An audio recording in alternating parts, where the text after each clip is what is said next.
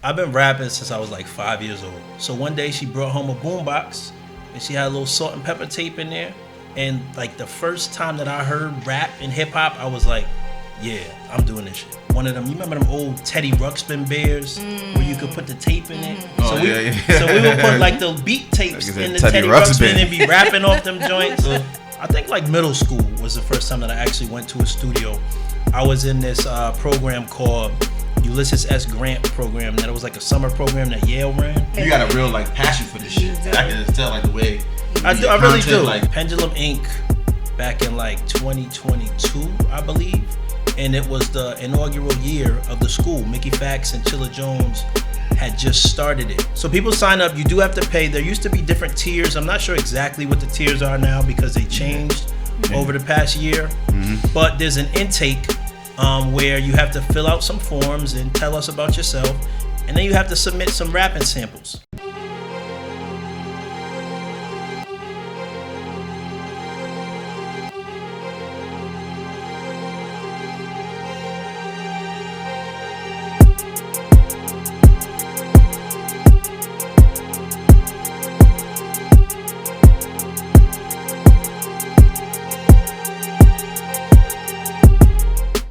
Hey, what's good, y'all? Welcome to another edition of Force to Win podcast. I'm your girl, Leticia J. It's your boy, Frank Nino. And we are in Hartford, Connecticut tonight. We at one of our home studios. We at Lavish Life Film Studios. And we have a guest tonight. You want to introduce yourself? I go by the name of Showrocka, live from Elm City, New Haven, Connecticut. I said it, yo!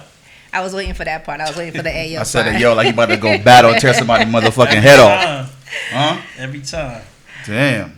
So we don't get too many CT artists up here. So I want to say you're like our, third CT, fourth CT artist? Oh, nah, more than that. I got to think. We got to think. I don't want to say. About four.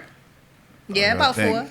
Right? So anyways, welcome. We thank you. Thank you for the invite. You're welcome. You want to go into join us at...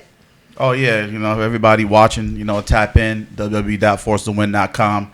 Make sure you tap in with the merch. Make sure you tap in, join our community. We got the college radio list for you guys. Give us your email address and your phone number. In exchange, we're going to give you that college list so you can hit up these colleges yourself and, get your music heard. Understand what I'm saying? But holla. Make sure you subscribe to the YouTube, Force to Win. And we got to get things started. So for me, this episode, I want to say is going to be very informative to the audience because of who you are and what you do. So I want to take it back a little bit. Let's go. Right? So, CT, New Haven. New Haven. Born and raised. Born and raised. Right. And how long have you been rapping? How long have you been an artist? I've been rapping since I was like 5 years old. Okay. Like, literally. Like, a lot of people say that and they're exaggerating. Nah, 5 years old, I was writing rhymes. And was this... That's like kindergarten? Yeah, it had to be like 5 or 6 years old, like kindergarten. Kindergarten. Literally. Was there somebody in your family that was into music, or were you just love music that much that you was like, yo, this is what I want to do? It was my mom's, really, because she raised me, and my dad really wasn't in my life till I was older. Mm-hmm. And my mom, she didn't know how to play sports or nothing, so she couldn't really help me with that. So one day she brought home a boombox, and she had a little salt and pepper tape in there. And like the first time that I heard rap and hip hop, I was like, yeah, I'm doing this shit. So Salt and Pepper is the first. It was Salt and Pepper. That's your first heard? Like, yeah. That's your first remember. That's the first I really remember. Yeah. Oh, Salt and Pepper, huh? Yeah. So you was the ladies. What was the first rap that you memorized, rhyme for rhyme, word for word? I don't know, but it was probably a Naughty by Nature song, because I used to really be into them when I was younger. So it's probably like OPP or some shit. Okay. Now that you say that, I remember Franchise saying something about you being one of the first artists on the Franchise Report to say Naughty by Nature.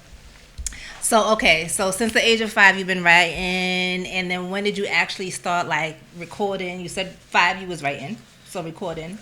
Probably not long after that. Like I used to have like one of them, you remember them old Teddy Ruxpin bears where you could put the tape in it? Oh, so yeah. So we would put like the beat tapes in the Teddy Ruxpin and be rapping off them joints. And then we had like some little like fake recorder, but it was like different color buttons, but we figured out how to record on it.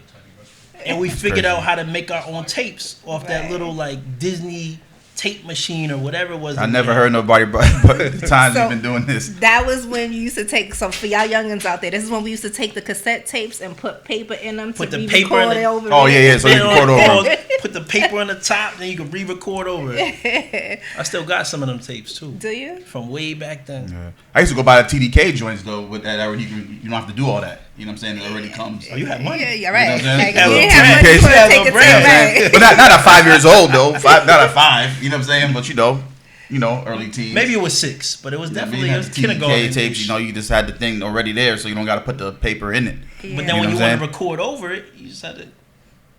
Yeah.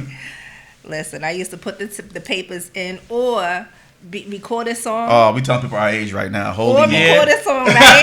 Yeah. Record a song Oh, off the man. radio, Oh, no. and then rewind until I knew every word for word, right? So in Connecticut, right, and this is before Hot 93.7, all that, we didn't really have a big hip hop station. So we used to, it was Hot 97. We used to wait for Hot 97 so we could Oh, because record you the get that songs from New Haven gets Hot 97 though, right? only in the rain. So we used to in love the when rain. when it rained, it came in clear. Oh, So wow. every time it was raining, we had to run by. We had our tape decks ready. I remember when H to the Izzo came on, I sat by the radio for like 2 hours waiting for that song to come on just so I could record it. Or Hot 97 in the rain. Wow. Yeah, that's Good definitely- memories, man. Good definitely telling our age. These kids don't understand, like, and I hate to say it like that, but we had it made, like, music wise. We like, did, man. Going to concert pick up the clubs. Clue tapes and the doo-wop What? tapes with The the mixtape, yeah, the mixtape game was crazy. That was Yeah. crazy. tapes. I discovered Yes. the mixtape. Yo, I just like I listened to music like that. That's how I consumed it. Like I ain't really buy too many albums after I had the mixtape. You feel me? I still, depends on the artist, but I was rocking with the mixtape. I can hear a whole bunch of new joints on one Right, tape. because we didn't have money to buy everything that was Right. out. It was Yeah, like, yeah. back then you go in the store, it's like, damn, do I buy Nas, Jay-Z, or Pac? I only got $10.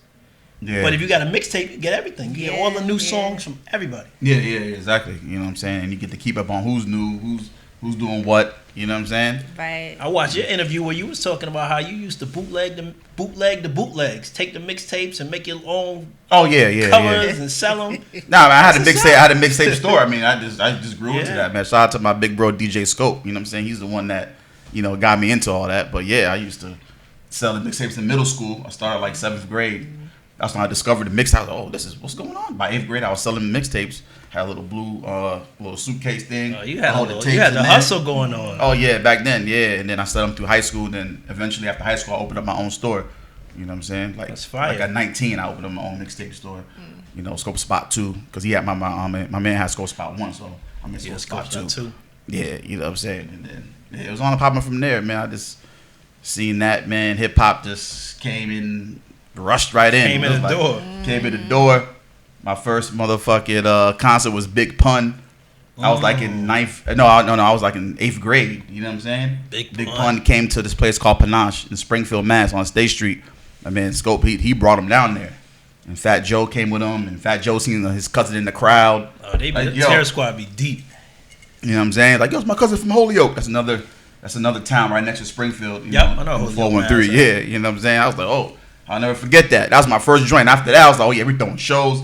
That's what I really like. You know what? This is what's popping. Mixtapes. I'm here with the rappers. I go to school the next day. I'm like, you know what I mean? I'm like, oh shit. I got to see legendary Big Pun on stage. You know that? I'm Big like, yeah. Pun as a first concert is crazy. Yeah, Big Pun. Yeah, You that was can't the really, first. you ain't topping that. Yeah, that was crazy. What was Yeah. your first concert? So my first I don't wanna encounters tell y'all with mine.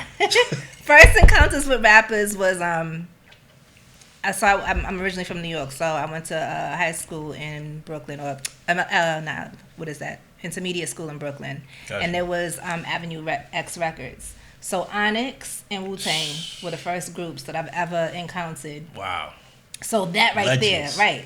So when I would come up on the summers, or come up on school vacation from to Boston, I would have these singles. That's when the singles was 99 cents on Fridays, or whatever the case may be. So that was my first. But I think my first like real rap concert was probably like Freeway, and all of them. Damn, so that's kind of That was years later. yeah, that's like 03, 02, 03. I got a chance Yeah. to see them in their heyday because when I was going to school, I went to college in Philly for 4 years, and when I was down there was right when like Rock the Mic and What We Do, all that shit dropped, and State Property movie. And when I tell you that had the whole city in a frenzy, it was just like the greatest time to be in Philadelphia. Like, you had Allen Iverson was playing Kobe, you had the Eagles were doing good with McNabb, then you had Jay-Z had just signed all the Philly guys, Beanie Siegel, Freeway, that's like 01. State Prop. That's like 01 through 05. Yeah, so Yeah, it was it's in crazy Providence. time out there. Providence at Lupo's Heartbreak Hotel. That was the first time I went to a rap concert. In between that, no, I listened to it, but I never went to it. I was outside. Yeah, I was outside early. I'm talking about outside. You making me feel extra. I was like, damn. The freeway. I was outside. Right. No. Like late 90s, like 90. No. Yeah, Pun came. This is before Pun even dropped Capital Punishment, I think. Damn. Niggas could afford them. So it's like 97. You know what I'm saying? My grandmother was strict. We wasn't going out. So that's one of the reasons why I fully moved to Massachusetts, because my grandmother wasn't allowing us to go to shows and stuff like that. And I'm in New York. Oh, hell no. Haitian? No. No, way you're not going there. But so back to you. Did you tell me when you first went into the studio? First time I went into the studio, I had to be, I think like middle school was the first time that I actually went to a studio. I was in this program called Ulysses S. Grant program. That it was like a summer program that Yale ran. Mm-hmm. And somehow I got into it, met some kids, and I met my boy Nino B, rest in peace. And we were both the rappers. And they were like, one of the older teachers was like, oh, I'm going to bring y'all to the studio and show y'all how to record a song. And that was like the first time that I actually recorded, was when that teacher brought us to the studio.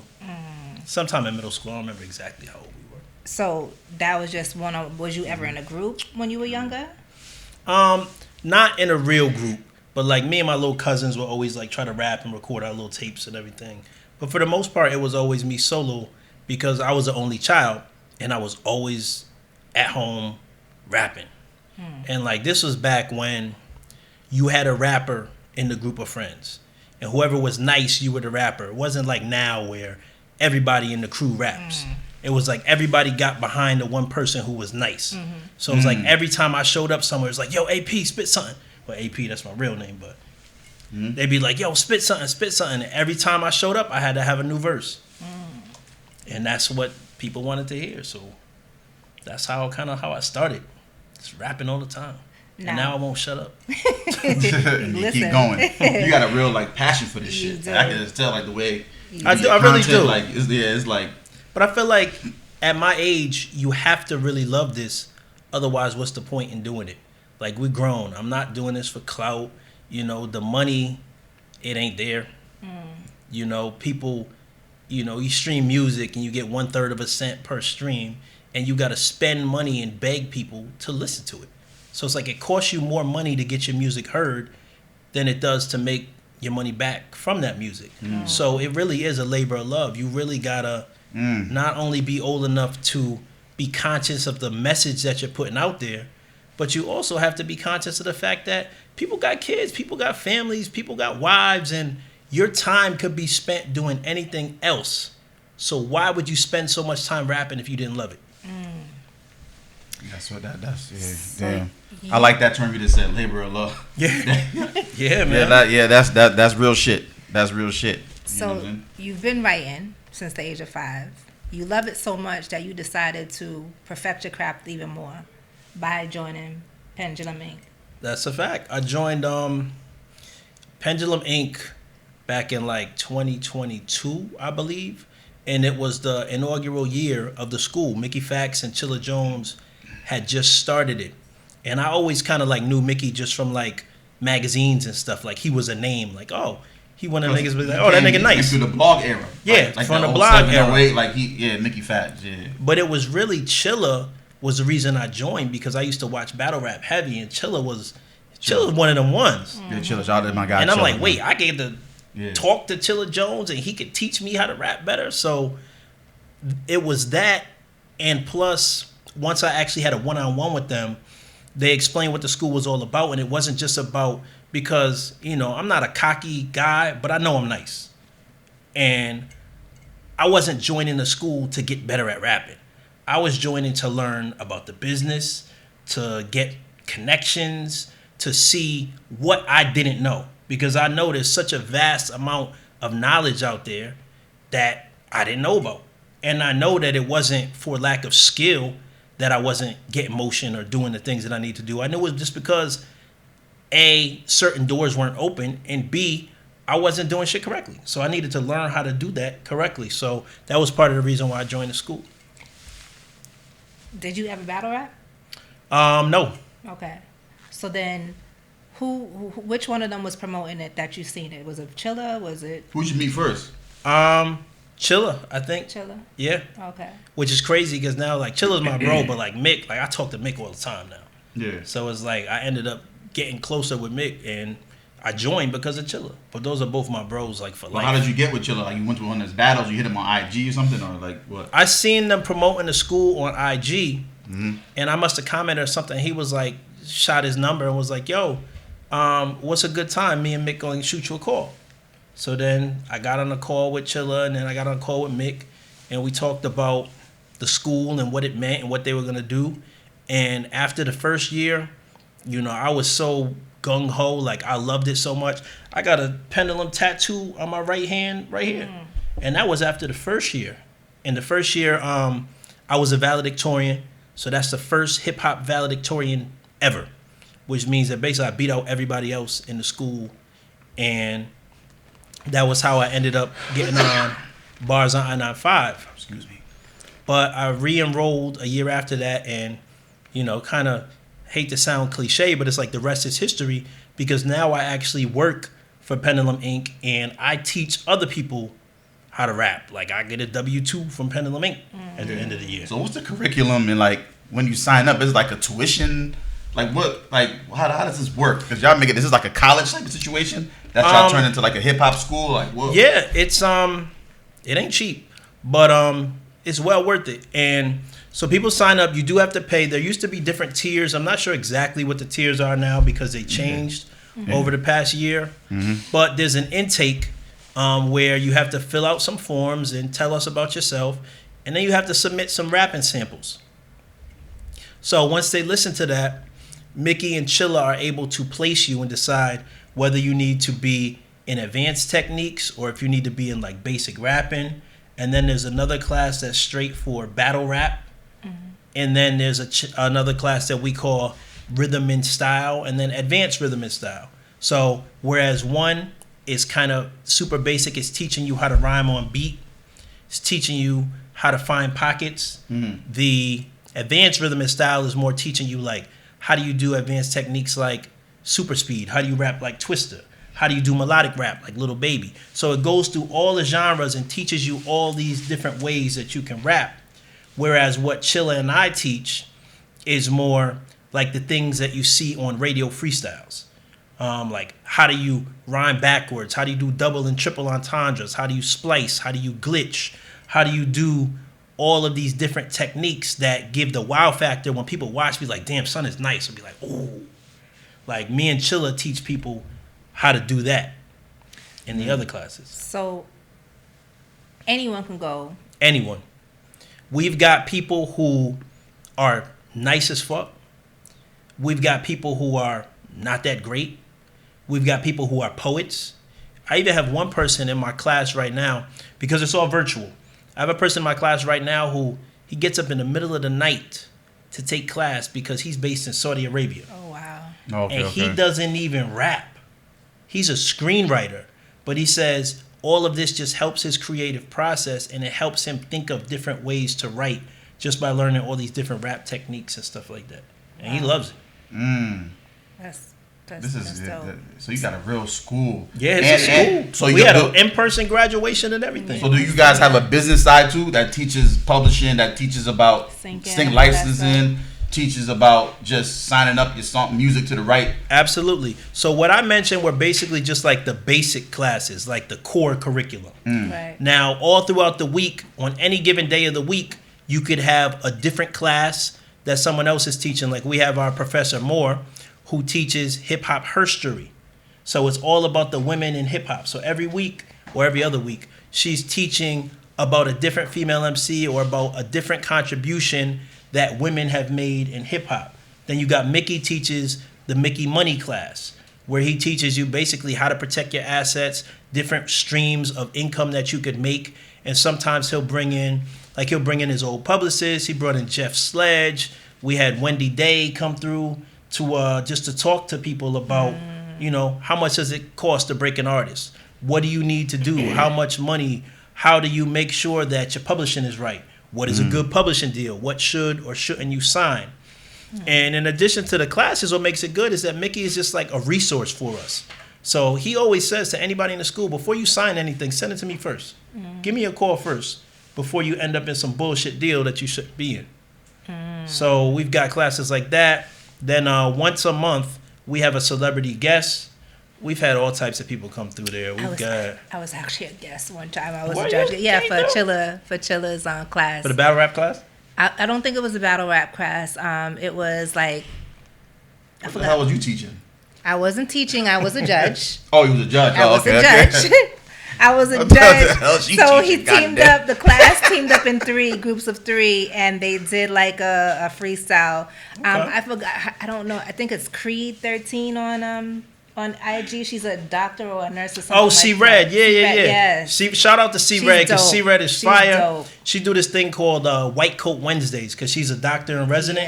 Yes. So she'll be in her car with her little scrubs on and everything, and every Wednesday she be spitting bars. And she's nice too. It was her. I met a Big Mike. Big Mike, that's my man that runs a dojo. He's from Dorchester, I think. Yeah, Cape Verdean. Yep, Cape Verdean. Yeah, there was a couple of them that I actually kept in contact with on IG, but... So you know the people, you know the squad. Yeah, it was dope. It was a dope experience, so shout out to Chilla for that. Super dope. I appreciated that. Mm-hmm. But yeah, we've had all types of people come through. We had Inspector Deck came through, Method Man, Freeway, Smoke Dizza, Currency. It's like every month, Mickey finds a different person to come through. We had Tretch come through, and it's like it's great to see, not only see the legends that we grew up with and some of the new guys that got motion now, but it's also great to be able to pick these people's brains and ask them about their writing process, ask them about their style, kind of what formed it, kind of get some tips.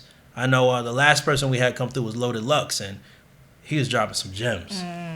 So when I first met you, you came up. You were a student. Yep. You and Joe. I don't know his rap. Me and Five. Okay. We call him Five. Five Hip Hop. And out of Rhode Island. Chilla brought you guys up there.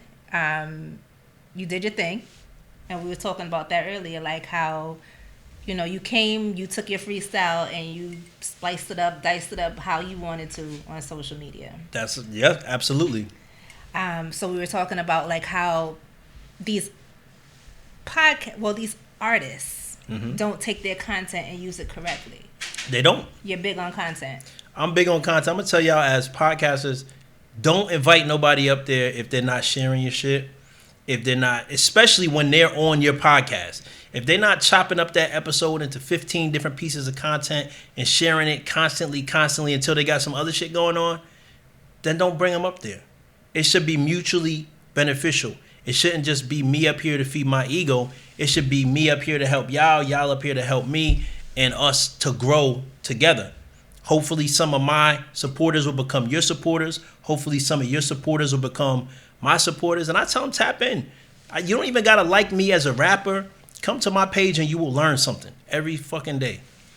So you saying that, right? So I don't know how long ago it was that you put something up, content up, talking about Jay-Z's verse. Oh, man, that shit went crazy. It wasn't supposed to. I was just talking my shit like I do every other day. And the post went viral and had like hundreds of thousands of people. To this day, every day I wake up to like 30 more comments of people arguing about what Jay-Z said in the verse. So and I don't know why that took off. You had me thinking like, did he say... What did he really? It was right. Was it well? I don't know. And then half the people, don't matter what he said. Get off his dick. Fuck it. I'm like, yo, block. Oh, you blocking motherfuckers? Oh, I be blocking and muting. Damn. Look, argue with your mama. Argue with yourself. Talk all you want. I'm about to drain my energy all day. Block, mute. Yeah. So you also did something to where you a writing contest or creative writing thing that you did. Yeah, You wanna talk about that? I found that one thing that rappers love is themselves. And not just rappers, poets, writers, everybody. So I said, okay, maybe y'all don't want to hear me rap all the time. That's cool, even though it is my page and I should be able to do what the fuck I want. But y'all are here, so I decided to do this thing called MC Prompts. And I said, okay, I'm going to test people's pen.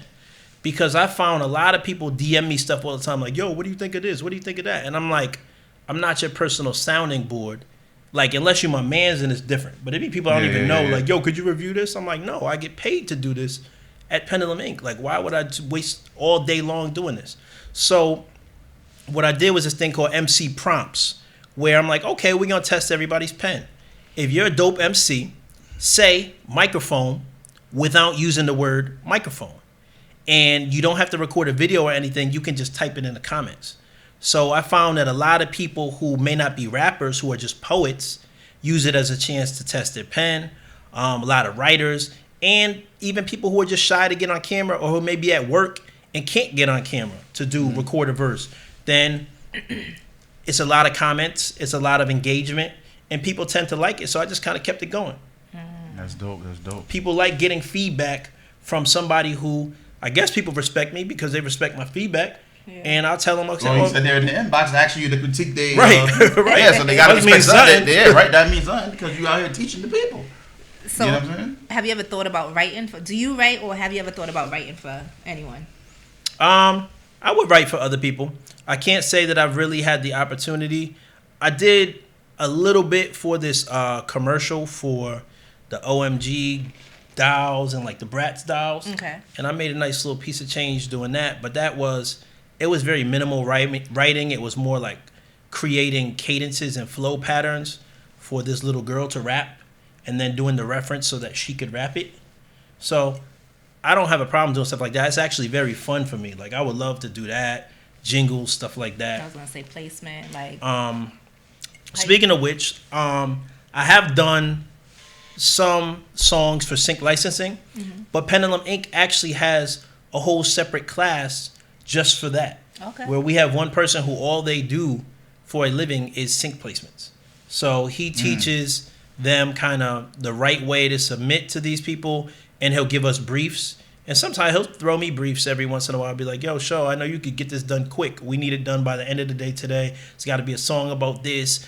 Here's a beat, and then I'll just knock it out. And then a couple weeks later, he'll tell me, oh, we got it in this, or we didn't. So for independent artists that's watching right now, can you give a shortened version on how to even approach getting your song synced? The problem with that is that you have to build the relationships first. And there's a lot of places that are like, oh, we'll sign up for this service and pay us, and we'll pitch you sync opportunities. And I can't say that I've joined any of the 4Play ones, but I do know that there are some free ones out there. You just have to dig around and find them.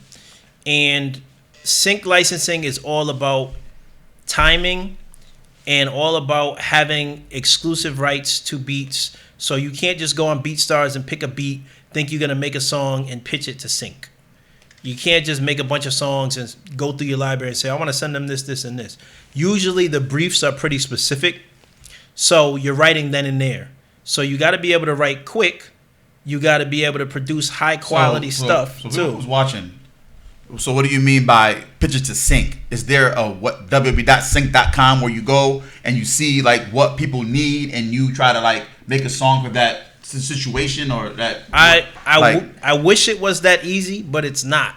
Okay. There's actually we need the people to understand. Right. So for everybody to say, oh, I want to get into sync. Yeah, great. Everybody wants to get into sync because that's where there's money at. Right. But the problem is that a lot of the people that are in it, they're gatekeeping it. They're not going to give you their connects because then it's less opportunities for them. But I know for a fact that there are some sync licensing libraries out there where you can just submit. I don't know the names of them off the top because usually when I do it, it comes through somebody who already has a relationship with these different people. And they'll just send me stuff because of their relationship with me. But there are ones out there, you would just have to search sync license libraries. And you find the right ones, and they tell you exactly what to do, what to pitch, and how to do it. It's a little bit of legwork, but The good news is everybody's not going to do that legwork. So you Exactly. might be the person who does it. Do the legwork and force the win. That's it. That's Force what the y'all win. gotta do. Force it. Speaking Do of the force leg- to win, Force to win. go ahead, do the legwork. Yeah, I mean, you just fucked me up. The research. Oh, I'm sorry. Speaking of force to win, you were saying something about a song that you. Yeah. So myself and there's a producer out in the West Coast in LA called his name is D Breezy. So he asked me to do a song and he sent me a beat. And this was like probably a year and a half ago. I was watching your podcast or seeing you guys popping up on Instagram, and you guys inspired me to make a song. And the song is called Winning, but I'm talking about Force to Win in the hook of the song. And I was like, oh, I'm going to do this and reach out to them, and they could use it for their podcast, for their intro or something. And it's like every single day I wake up, I'm winning. You got to force to win. Second place is the first loser. Second place is the first loser. So look up true. Winning by Showrocka on Spotify after this when y'all get a chance, and see if y'all fuck with it. Okay, yeah. But y'all were the inspiration for that. Just know that. So I gotta give y'all Alright, your flowers. flowers. Okay, now thank we you. appreciate You it. just made both of our heads even bigger. We got to force that win. Y'all been putting in work, and y'all still putting in work. So that's what's important. That's what this is about. We got to force that win, man. Respect. We got That's to it. learn the business. We got to learn how to monetize. We got to learn how to get this money. That's why I love that pendulum ink shit, man. That shit is like, you feel me? Like I was talking to my man, like he shout out to my guy, he a plumber. So he talking about how you got to take 2 tests. One to be just like after the journeyman, you got to take one to be like just a plumber where you can have some people with you. Then you take the masters. You know what I'm saying?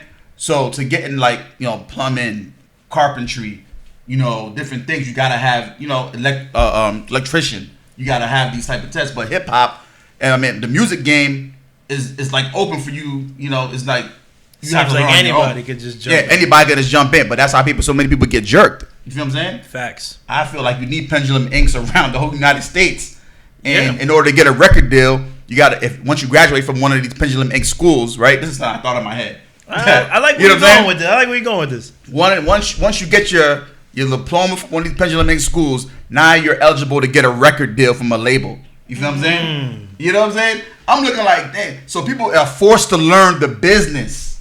You know Well, what I'm saying? I like that. I like the idea that. that never happened. No, You know what I'm well, saying? I like the idea that because that's kind of the way that the Pendulum Inc. Sync program works. You can't just jump in and say, I want to be in sync. You got to go through the 3 years of all the other stuff. So we got to make sure that you're nice before we even allow you to graduate onto the sync program. So you can't just start Well, there. see, now this I got a little thing No with matter that. how nice you are, you can't just start there. You got to go So through like, nice. nice is what is nice? What's the definition of being nice? You feel what I'm saying? Because there's a lot of technical rappers who are nice, but they still don't reach the masses. You feel what I'm saying? I think That's it's a fact. I think there's a talent in being average, but having some type of star quality that you know how to project to the people, where you have like a mid ground, so you can like you're an okay rapper, but you know how to project your image, you know how to talk, you know how to like, you feel me?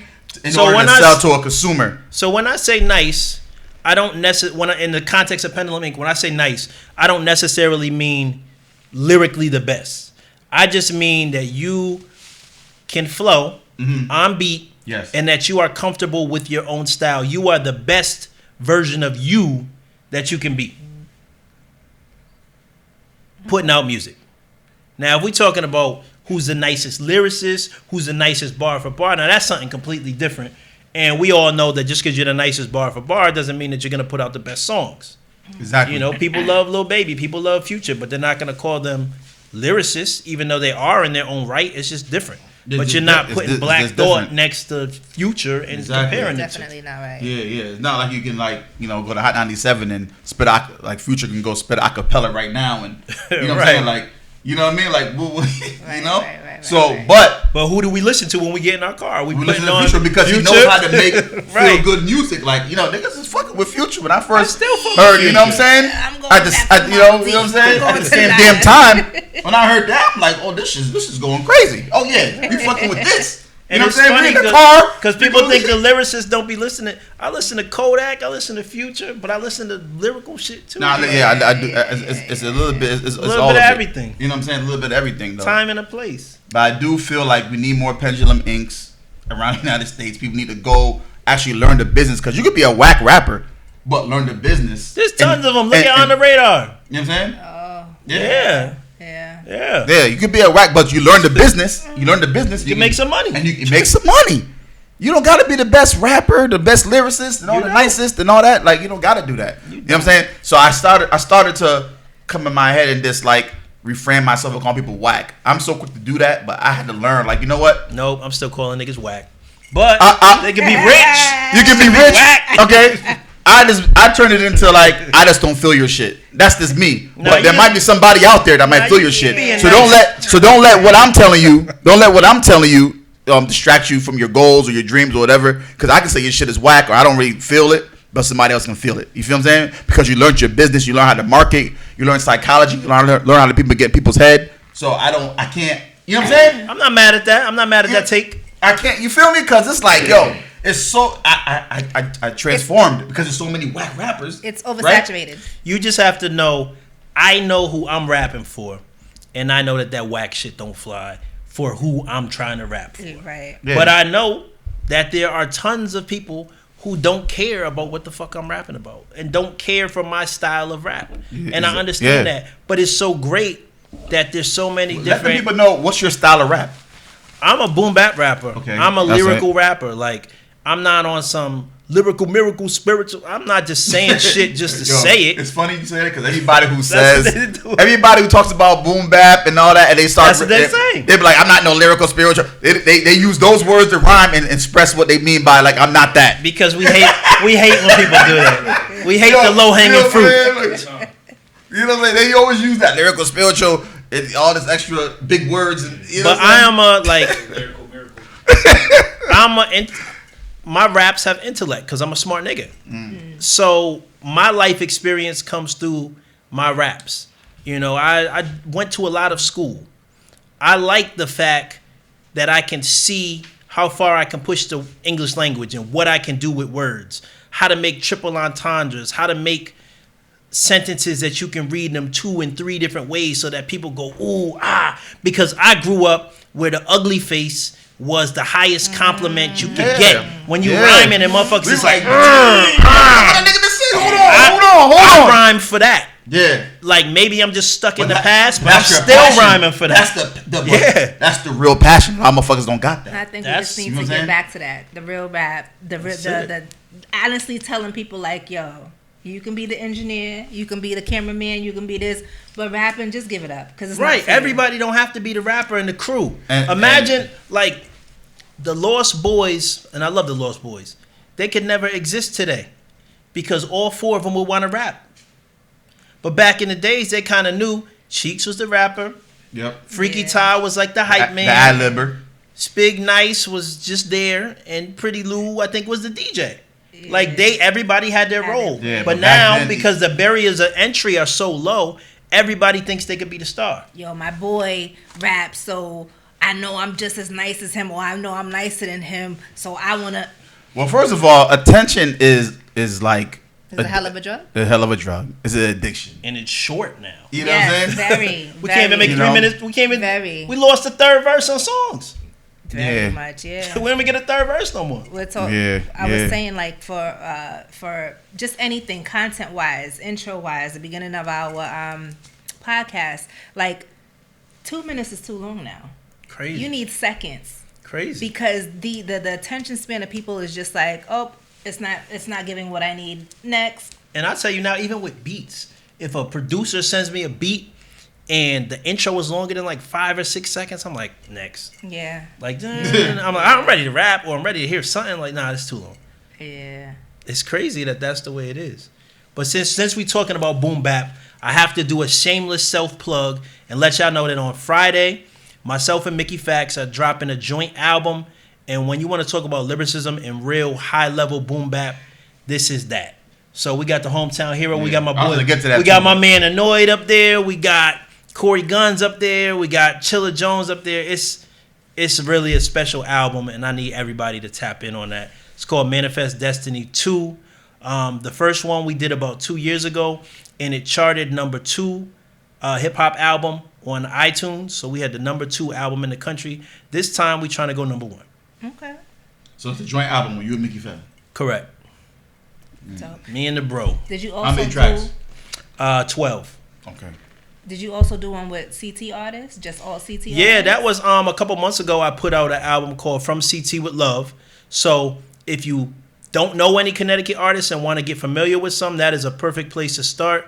The whole album is only Connecticut artists. It's me on every one of the, I think, 14 tracks with a different one of the big artists in Connecticut.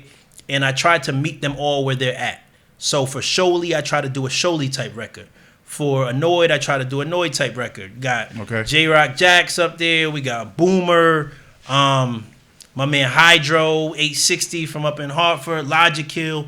Just everybody from all over the place. And I just wanted to show that Connecticut could have some unity and let everybody know we got songwriters out here. Shouts to my man Don ZOP. We got spitters out here. Shouts to Sholey Henny.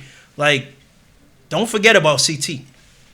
Now, is this something that you've been wanting to do, or is this something that you was like, we're going to put this together after? I don't know. I don't remember his name. The artist that came out and said that there's... Oh, no. This had been in the... What artist that said what? There's always somebody saying there some was an hot artist takes. from CT that said that CT doesn't have, I forgot, it went viral. Unity or something. But yeah, but by the time that he had said that, I think the album was already out. I was already dropping the singles. So the From CT with Love album was in the works for years. Once Annoy had sent me the first record, I just got the idea of like, yo, I'm going to get everybody from Connecticut and only from Connecticut. So that was really a labor of love because some of these niggas was hard to work with. I ain't going to lie. But we finally... Communication barriers, everybody got egos, all that. But it did come together in the end. I think it was a beautiful project. I think it is one of the better albums to ever come out of CT, and that's saying a lot. But will there be a part 2? No. There won't. No. Because it takes too much out of you to get what? Not only that, it hurt me to see the Connecticut outlets not give it no shine. A lot of the Connecticut outlets left me on red when I was in their DMs. The Connecticut outlets. So what are the Connecticut outlets though? What do you mean the Connecticut outlets? Like what? I'm not talking about Hot 937. Nah, well, Hot 93.7. What are you talking about? Just different blog pages, different shows, and all things that I know that are based in CT, people that I reached out to. And I wasn't asking for anything for free. I would have paid them for the promo or whatever, but because I don't have a certain name or maybe they didn't know who I was, a lot of people just left me on red. So, so you reached out to these Connecticut and they just left you on red. Some of them. And what did you want them to do for you? Like there's different blogs. There's people who do what you do. I just wanted them to know this podcast that this project was out there. Yeah. And whatever their service was, I wanted them to kind of get behind it. So if you're a promo service, I'm gonna pay you some money to do some promo. If you're a TV show, if you're a blog or a podcaster, I want you to have me up there talking about this project, which shines light on 16 different artists in Connecticut. It wasn't even about me. It was about the project and what the project stood for. And so, shouts to the people that actually did show love, though. Yep. So shout out to Weed and Whiskey. Yep. And shout out to my man Q up at Titanium Radio. Because they really did show love. And they always show love. And it's not, and it's no hard feelings to the other people, but it's just, so I want to do it again. You did your due diligence and you reached out, you hit inboxes, and you got left on red. Inboxes and emails. I doubled up. You doubled up. I know the business. I want to tell the link. So not Connecticut, but even New England, we're so sensitive on how people don't fuck with us, but we don't fuck with each other. It'd be like that. That should be crazy. It'd be like that. Like you know what I'm saying? And you have a prime example of how it happens. Yeah. Because you did a project called CT Love. You definitely reached out. You hit inboxes up. You did emails, and you got left on red. Yeah, it's I crazy. see something that you said. We try to network. People always try to network up. Facts. Instead of like networking at the level, surface level, right. Or I don't want to say down, because that sounds like I'm trying to down somebody. But we talking about. I don't want to sound like, oh, you're at a lower level or like, you know what I'm saying? But everybody, I think you can learn something from everybody. You know what I'm saying? I think especially us as New England, it's dark.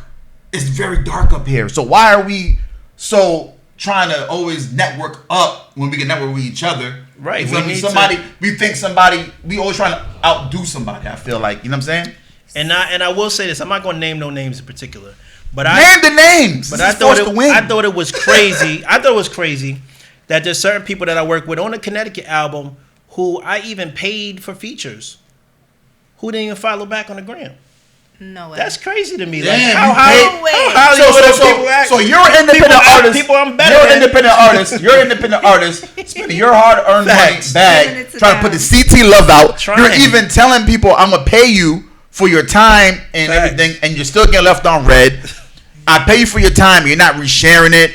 None of that. Nothing. They think they Hollywood and they ain't never been What the fuck is going on out here? Never been there. That's what I'm saying. You think you're Hollywood, you never been there.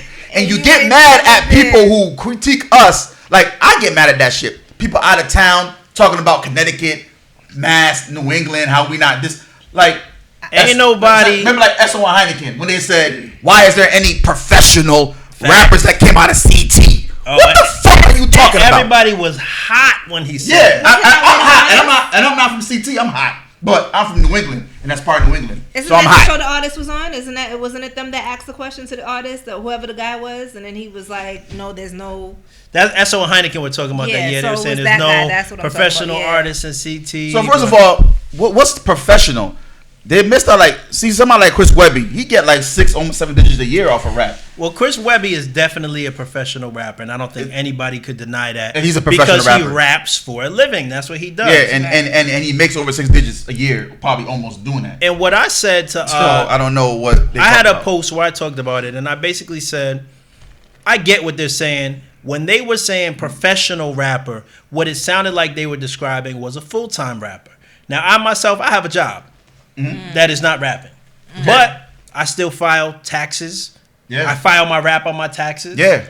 I am considered a professional rapper by the Recording Academy. I vote on the Grammys. Yep. You know, that's professional to me. I have a lot of accolades. I've done a lot of things. And to me, I'm beyond a hobbyist. You are but I don't do that. Right. I teach rap. I teach hip hop. But you're a professional rapper. To me, I'm a professional rapper, but based on their criteria, it sounded like they were describing a full-time rapper. Who gave them? Yeah, but all right. So listen, hold on. Why are they speaking on Connecticut? Now you're from Connecticut. I understand. Yeah, everybody has their own opinions. Everybody got their own 24 hours. You can make up because first of all, this is hip hop. This is the music industry. It's Wild Wild West. You feel me? So everybody has their own definitions of things, and there's no set definition of a professional rapper. So I can't knock nobody for their opinion or what they think a professional rapper is. But I know as us coming up, especially from New England, you can have many different hustles. It doesn't matter. You know what I'm saying? Just because you rap doesn't mean you can't be a plumber or you can't be a carpenter or you can't do real estate or you can't, you know what I'm saying? Or you can't own a liquor store or a convenience store and get your money from there too. Like shit, look at you know what I'm saying? Sadat X from Brand Nubian. He work in the hospital and now. You ain't gonna out too. You ain't gonna, that's my guy. You ain't gonna tell me he not a professional rapper just because he work in the hospital too. He still be going overseas doing tours. Yeah. So how you not? That's what I'm saying. So that professional was. But you know what that was all about. You know it's an era. What was it about? Clickbait. Oh, yeah. Rage bait. You say some shit like that, and everybody in Connecticut gonna get all up in arms. Why else even be speaking on Connecticut? They're not from Connecticut. Talib Kweli. Wasn't he another rapper that said something about Connecticut? And Connecticut went all I remember Bass was going crazy on him. And Talib Kweli went to school out here. My man what did he say again? I forgot what he said. I don't even remember what he said. I don't even remember what he said. Everybody went crazy. Damn, what the fuck did he tell me? He said something crazy. He said something about Hartford or something. What was it? Yo, Luke, you remember what Talib Kweli, whatever his name said? I remember they were on his heels when he said it. He said something about Hartford, or he says I think it was just CT in general, and he went to Cheshire Academy. So how he? No, he dunked. If I'm not mistaken, he dunked on the state as a whole. The state had came up in whatever conversation he was having, and he was like, "Yeah, the state of Connecticut is a fucking terrible place. Yeah, place, yeah, more or less." You know oh, sound like that. Oh, okay.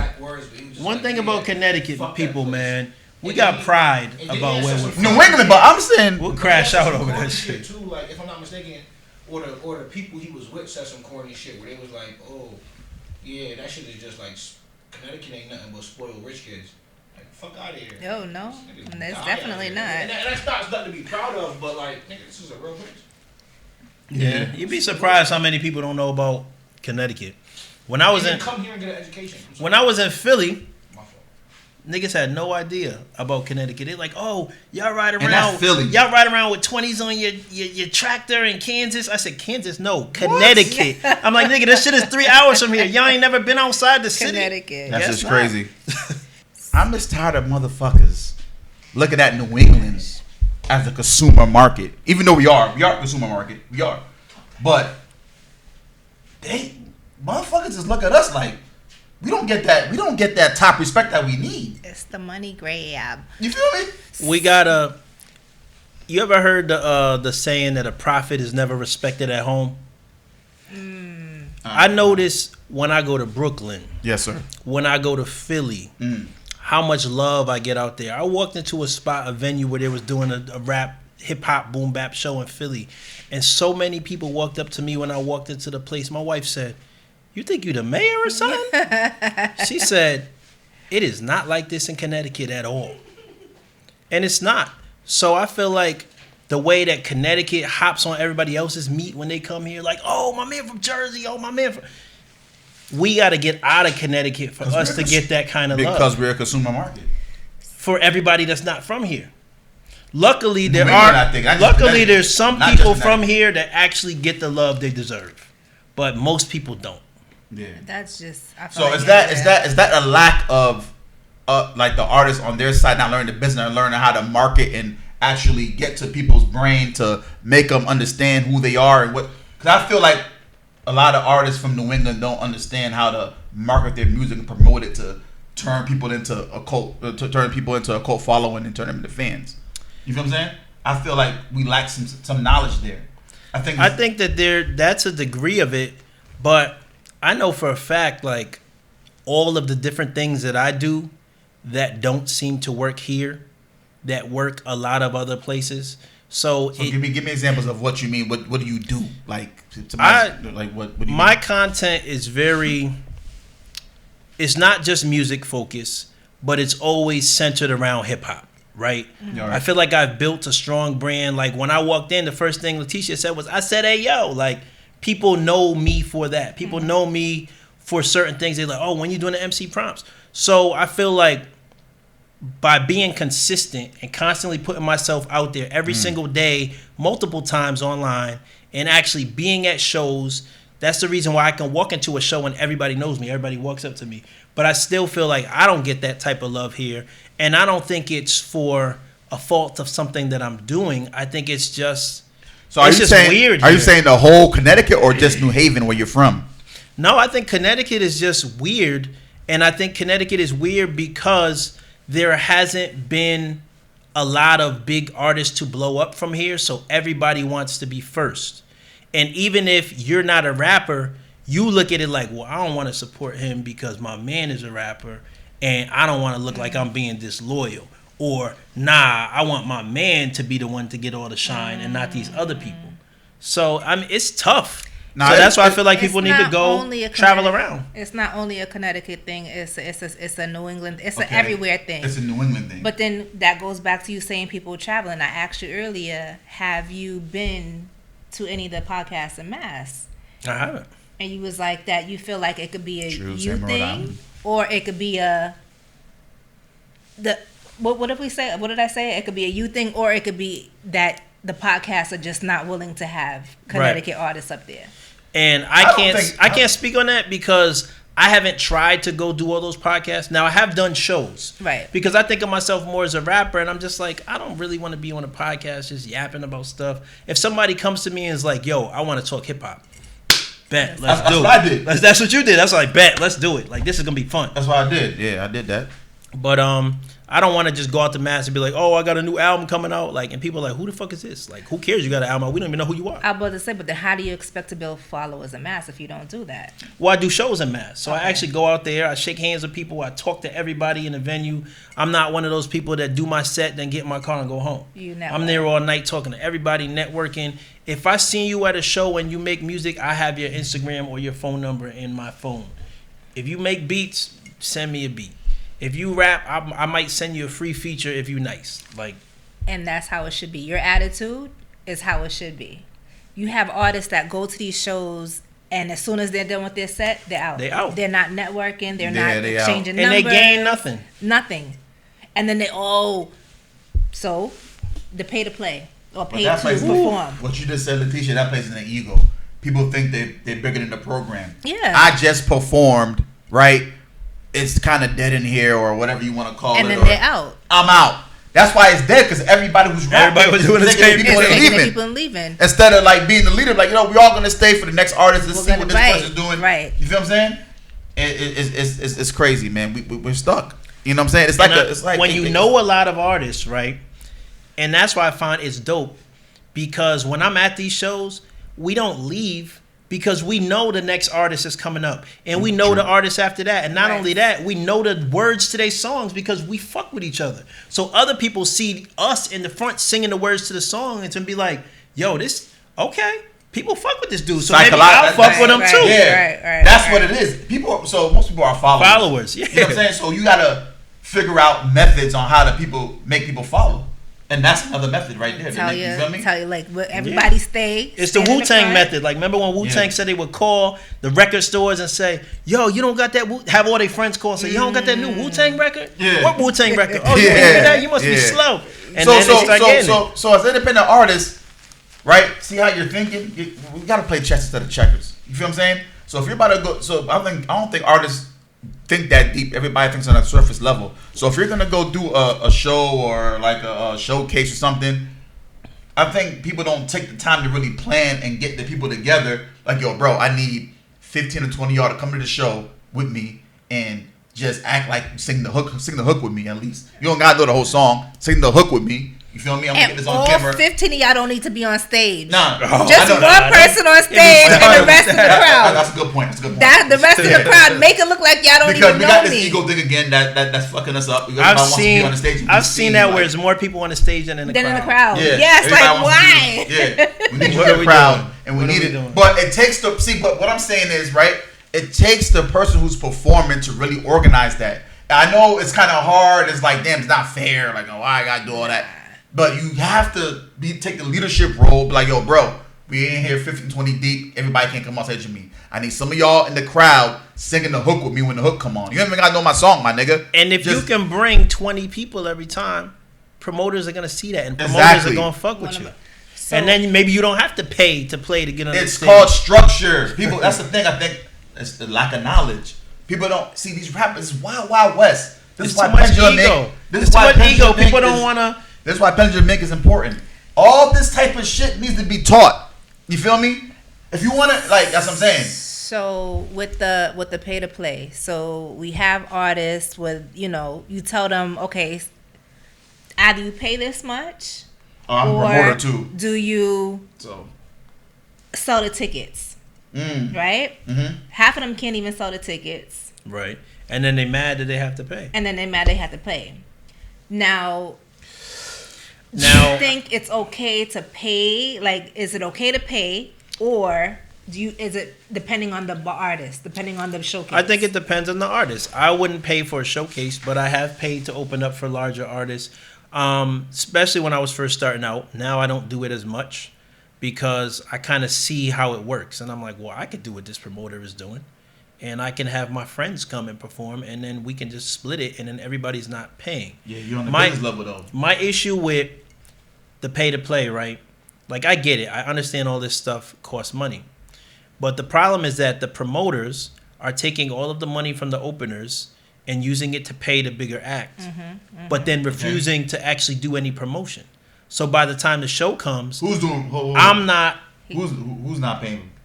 Is it the promoters that doing promotion? The promoter's not really promoting. The promoter's saying, okay, I got enough money from the openers to pay the main act, so now I'm good. And now I'm on to the next show. Whereas now we come, and the reason that I paid to get on was thinking, okay, maybe, There might be a crowd out there. Rock Marcy fans will be fans of Showrocka. So now I want to rap at a Rock Marcy concert. And I could literally say that when I was at a Conway concert, that worked because my music is similar. The boom bap grimy is similar to the Griselda stuff. So it makes sense for me to pay to be in that room. But for most of these other shows, I'm rapping for a room full of rappers that I already know. And just who are just the opening acts and nobody else is there because the promoter didn't do the promoting once the opener got paid. They wasn't interested in pushing the show. So as an artist, you just have to evaluate every single opportunity and see what makes sense, because you work hard for your money, especially as an artist who doesn't do this full time. You working your 9 to 5 and scraping up money so that you can pursue your passion. So make sure that where you spending that little $300-$400, make sure that it makes sense. Don't just throw it at somebody because they say, oh, you're going to open up for Freeway. Because guess what? Freeway might not even be in the building by the time you go on. listen. They might have a green room and you ain't allowed to go in there. You might not even get a picture with them or to sign nothing. So don't do it for that. That's what I'm saying.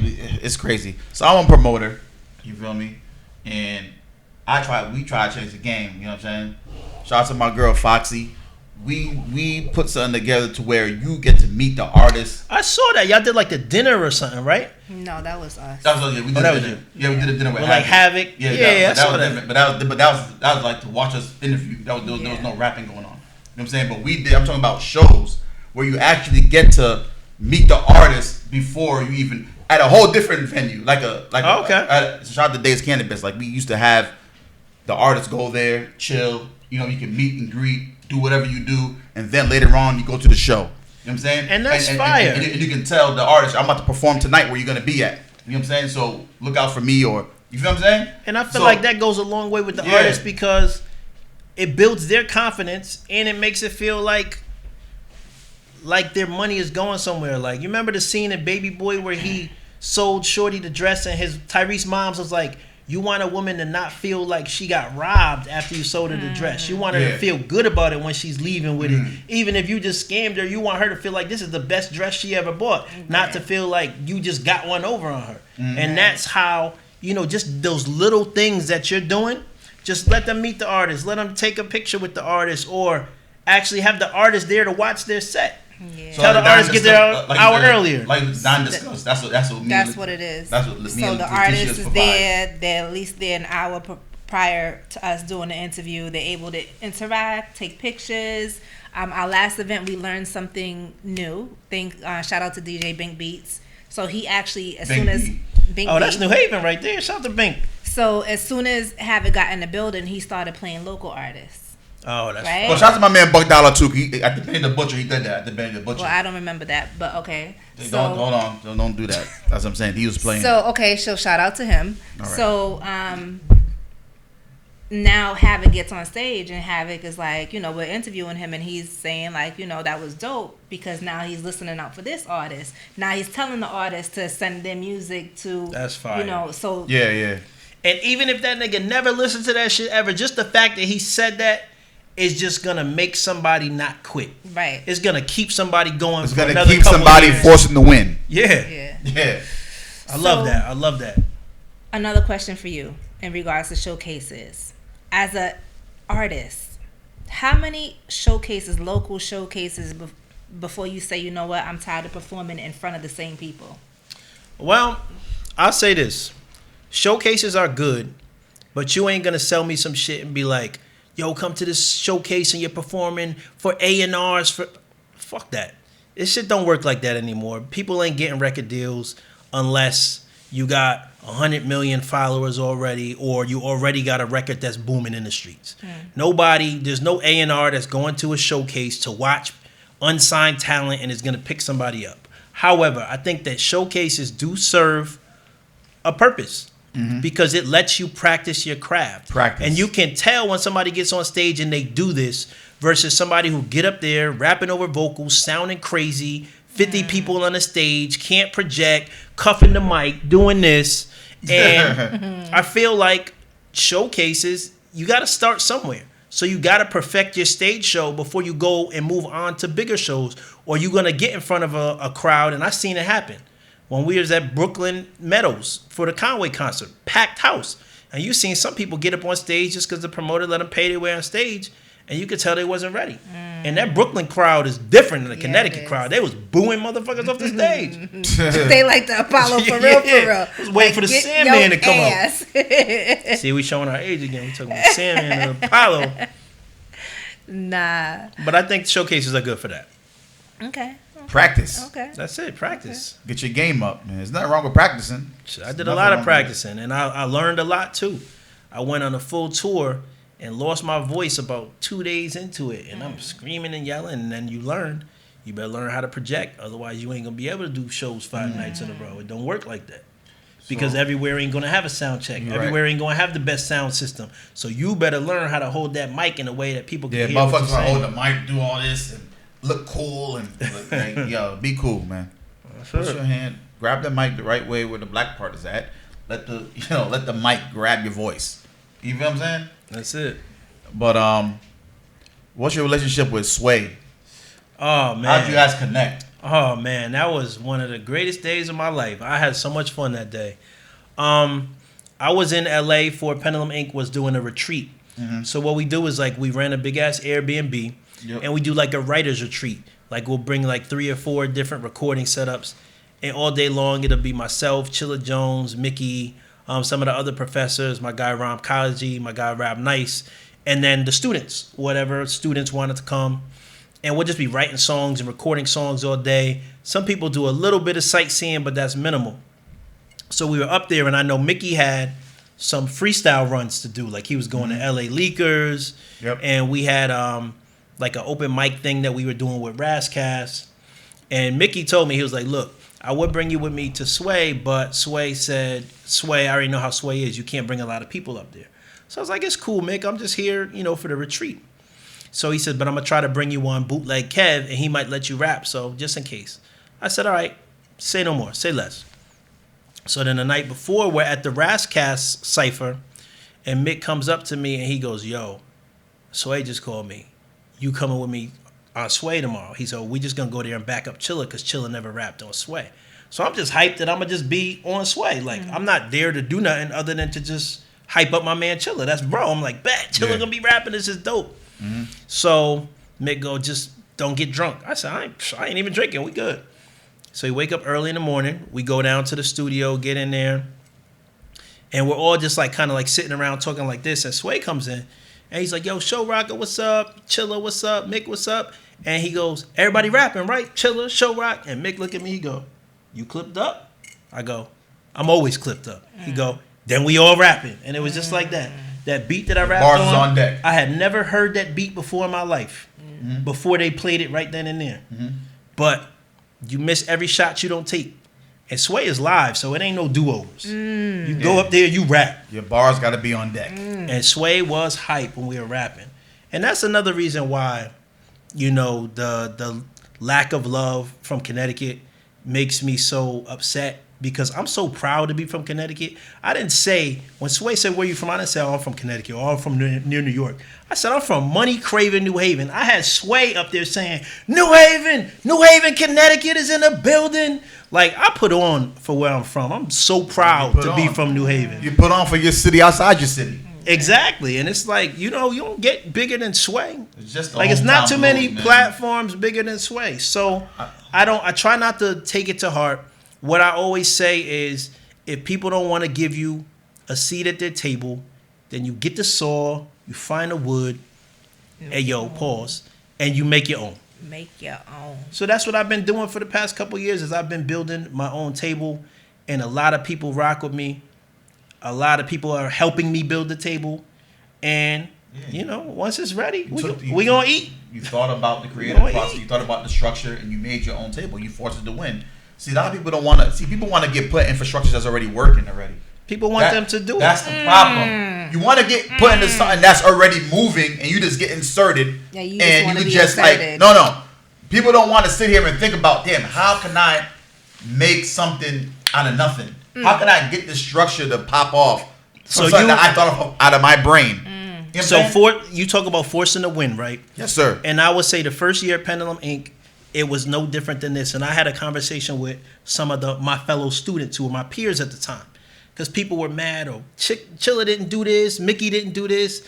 And I said, y'all are looking at this all wrong. There is a gym that was locked. Mickey and Chilla walked up to that gym with a key. They unlocked it, took the lock off, put the key down, and walked away.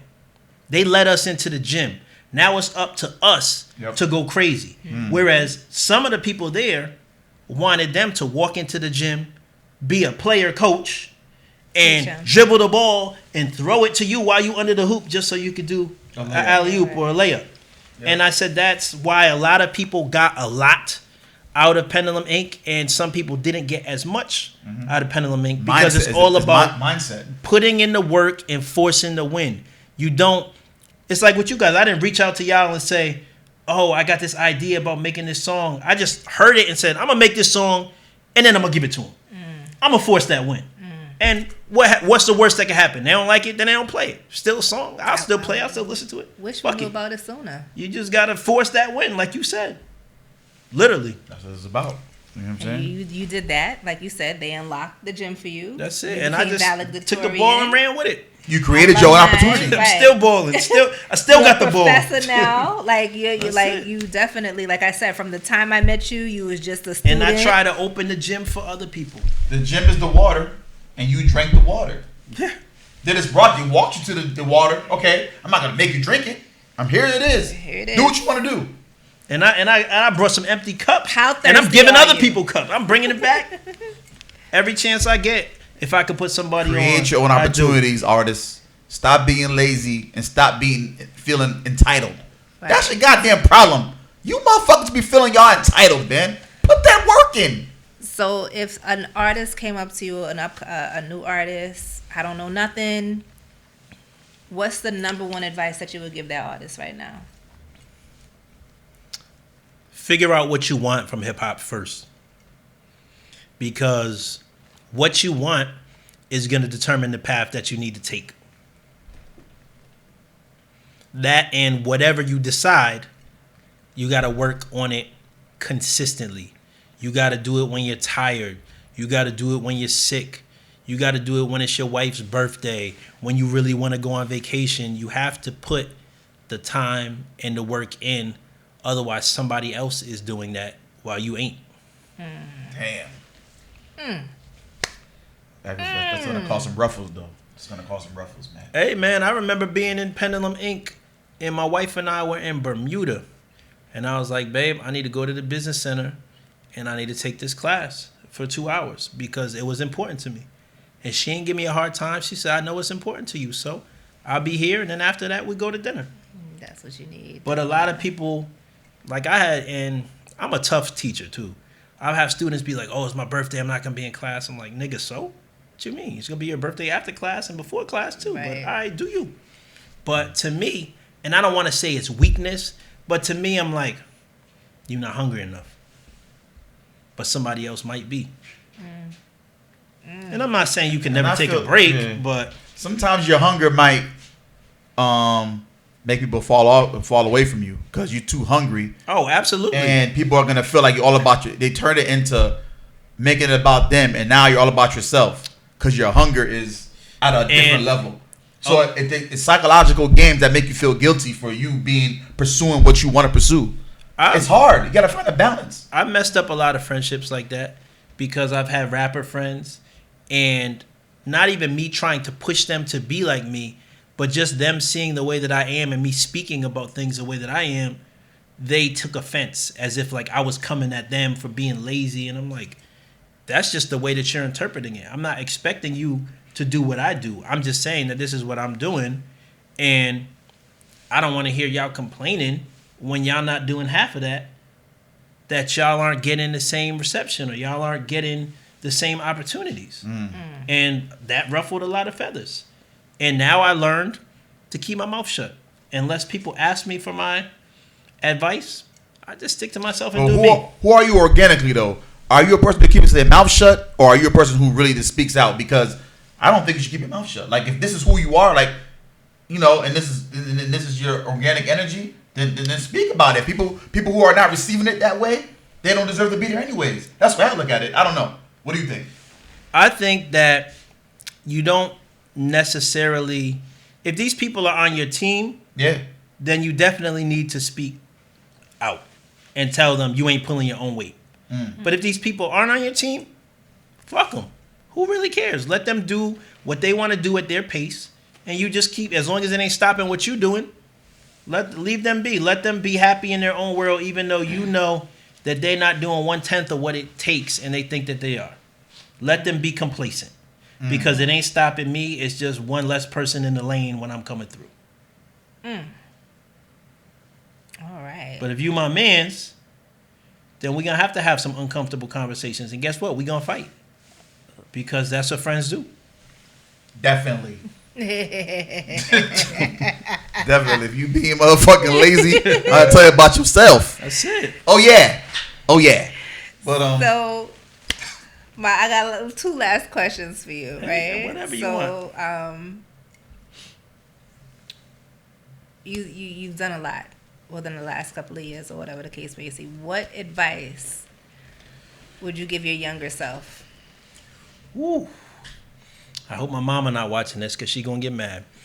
I would tell my younger self, don't go to college. You might be one of the best rappers in the world. Pursue it. Do it. Don't do what everybody thinks you should do. And, you know, like I said, I'm smart. I went to Ivy League school. I got a double master's, but I was born to rap. I And should it have rapped. shows. damn, I had to touch And on it that. shows. What Ivy League school was this? Before we University of Penn. Shout out to Philly. Shout out to the Oh, Quakers. University of Penn. Okay. All right. So, again, I'm not going to say you seem like you live this lavish life, or that you just, everything just goes your I be way, chilling. right? But mental health. What does mental health mean to you, and what do you do on a daily basis to keep yourself going, to keep yourself sane? That is a very good question. I didn't expect that one. I'm bad in that the way now. I wouldn't change the way that I grew up for anything, because I feel like it made me tough. And I feel like as my mother raising a black man, she raised me in a way that I'm able to protect myself, and I'm glad she raised me that way, even though we didn't really believe in mental health when we were young. It was like a man up, stop crying, don't cry, you better not run. If you run from a fight, I'm gonna lock this door and you ain't coming in the house. So, but I feel like now, as I'm older, I still don't go to therapy or nothing like that, but I believe in it for other people. I think if you need it, you should go. For me, my therapy is just finding things that make me happy. And sometimes stepping away from the internet and going for a run. Sometimes just going in the kitchen and turning my phone off and just cooking. Like, for me, just things where I'm able to disconnect. That is my therapy. And it's not to say that I shouldn't probably go to real therapy, but, you know, I'm baby steps. I'm glad you said that. That just because you didn't need therapy doesn't mean Right. the next person doesn't need it. Because that was a thing growing up in the black community. Yeah, Like, we didn't. having a therapist, that was like the worst thing ever. Like, oh, you're crazy if you have a therapist. There's something wrong Yeah, with you. I didn't know anybody who had a therapist when I was growing up. No, none of us did. But now it's. I feel like Now now. it's- I still don't. Listen, I don't know. I need a therapist, damn it. But no, I just feel like nowadays, especially this younger generation with social media, especially with so much going on, that these kids And that's it, we because really do. when we were younger, right, even if you were getting bullied at school, you came home. And then you didn't have to worry about it till you went back to school. Now with the internet and with cell phones constantly on it, this shit never turns off. So I could see how that could mess with your mental health. Not to mention the world. It was crazy. It was wild when we were growing up, but the world is such a even crazy worse. place right now. Yeah. Worse. Frank? You already answered my force to win. You got the force to win story. You just gave us one. Had to force to win. Oh. You know what I'm saying? Forcing wins all 2026. What they talking about? You gotta give the force to win story. So man. you said your project drops on Friday. Yes, Friday, Manifest Destiny 2, myself, Showrocka, and Mickey Fax. It's a joint album. We got some features up there. It's a great project. It's a sequel to Manifest Destiny 1, which went number 2 on the iTunes charts, and hopefully we're trying to go for number 1. So if you go to my Instagram, I got the link in bio. My Instagram is @Showrock, SHOWROCK. And yeah, man, just tap in if you want to hear some good lyricism, some good songwriting. And even if you don't fuck with the hip hop like that, follow my page anyway, because you get some gems. We're gonna teach you how to force your own wins. And if one out there wanted to join Pendulum Inc., At Pendulum Inc. Just hit us up in the DM on Instagram, and then we'll schedule a call and we'll personally talk to you and walk you through and let you know what you're getting into. now it goes by semester, right? So the semester already started, so they got The semester has already started, but we let people come in as drop-ins Okay. too. Okay. You might have missed a little bit, but don't miss too much. So hop on in. We get into the good stuff now. Now, my last question is where you started off. I mean, my last question, but my last statement. You started off in the beginning when it was just probably 300. How many students was it when you started? It was. I think it's. I don't think the first year was the most, but I don't remember. It wasn't like 300. I want to say like 150 or something. Like But it's obviously over the last 3 years has. It's grown. Some people have come in. Some people going out. Some people have stuck around and done different years and done different things, like going from advanced techniques to advanced rhythm and style to battle rap. And I think people just love being around the community of it because it's not just sitting in classes. You know, you got lectures, you got your special guests, you got your retreats, you got your in-person graduations, and Mickey threw a hell of a graduation in Atlanta. Then we had one in New York where we literally had like Evil D and Pete Rock spinning beats while people were rapping, and Corey Guns, Graf came through, like a whole bunch of people. Like it's a whole time. It's a weekend, and I think people, aside from just being in the classes, just love being part of a community because the community is forever. Yeah, it is. Mm-hmm. It is. Dope. Well, this concludes another dope episode of Force to Win podcast, right? I'm your girl, Leticia J. It's your boyfriend Nino. I hope you learned something today. I said, hey, yo! I hope y'all definitely learned something today because Showrocka definitely dropped some gems.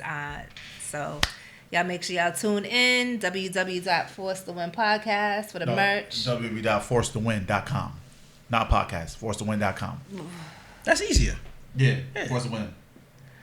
We are here again at Lavish Life Studios. Shout out to the boy Luke, Lavish Life Films. And we off this. You know me and Frank, you know it's like a love-hate relationship. I just want to just mink. So shout out to my guy, man. Appreciate everything that you do for the hip hop community, man. And Definitely glad to have you appreciate up here, you. man. I appreciate y'all having me, man. Appreciate And you. anything y'all need. Appreciate your passion for hip hop, man. And I'm personally inviting you, Frank, down to Pendulum Inc. If you want to come to my class. I don't You already came. Oh, but you I can gotta come back. judge. I want to come back. You already I wanna come back. invited. You got Don't the do invite. that. Don't do You that been there for her. already. You You know been what I'm there saying? already. Pop you know, in. she already feel like slighted and shit. So you know. Nah, she already been there. I She am already just- part of the family. I am just a guest of Force to Win podcast. But anyways, yeah. Thank y'all for tuning in. Have a good one, y'all. Peace. Yes.